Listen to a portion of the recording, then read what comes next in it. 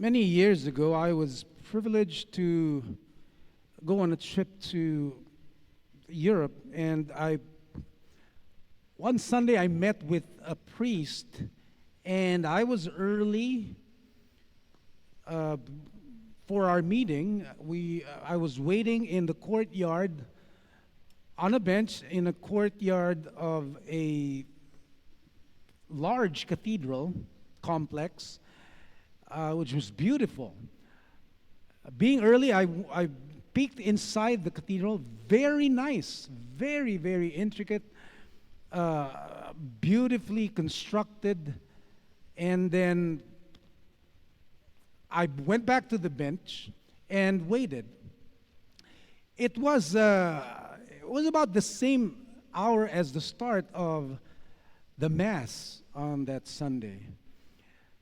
And I could ring the bells, just ringing throughout the city, calling everyone within, I don't know, a kilometer radius or whatever.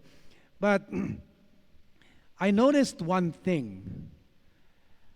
I could count with the fingers on one hand the number of people who went to church on that Sunday, to this beautiful, beautiful, awesome, awe-inspiring cathedral.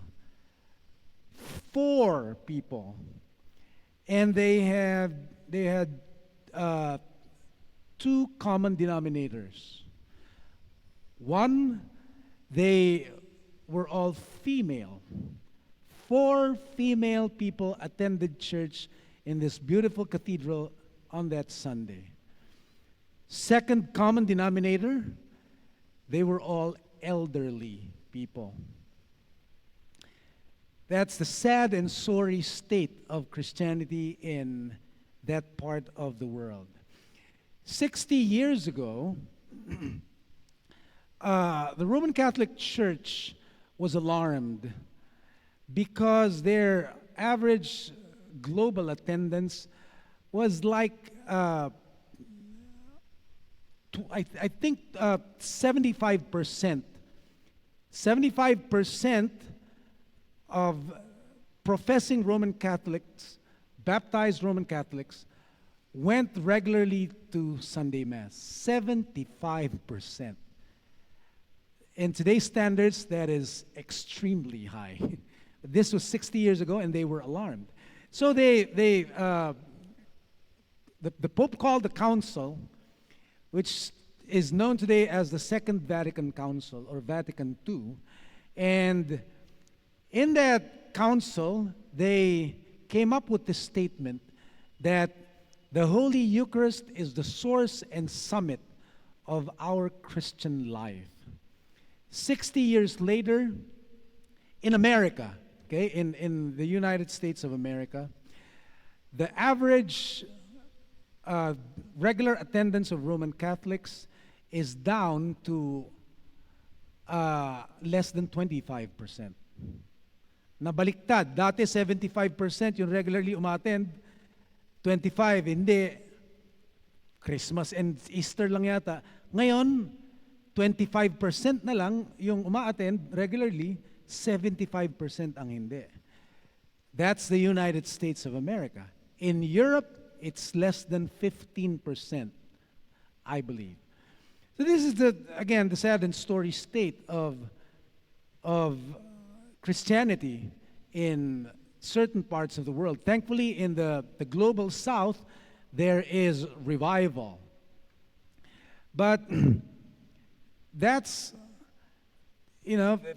I believe in the case of Europe, they said that they had this age of enlightenment, but it led to this condition of their spiritual life a couple of centuries after.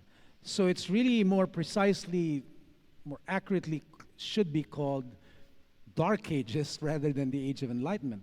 But that's what happens when we don't understand the first commandment, which no other commandment is greater than, is for us to love the Lord with all our hearts, all our soul, all our minds, and all our strength. And here is this amazing grace available in the sacrament of communion, the Holy Eucharist. His presence among us, His body and blood, His flesh, available for us to nourish us, and yet we take it for granted. That's what happens. I came across this meme just a few days ago, and I will mention this again on Sunday because it fits the message of the gospel. But the title is "The Fourth Generation Fade," and it lists like 4 generations, which is like a sequential decay of spirituality if we're not vigilant. First generation, it says parents don't make church a high priority for their children. That results in the next generation where the children grow up and make it less of a priority for their children. And those children grow up and make church no priority at all for their children. By the 4th generation, they grow up now with no concept at all of God and who He is. Lesson is our priorities today impact generations. Here is Jesus, the King of Kings and the Lord of Lords, speaking with authority, saying, "This is my body, eat it. This is my blood, drink it, for your life." What do? Do we take it for granted? And I'm very thankful.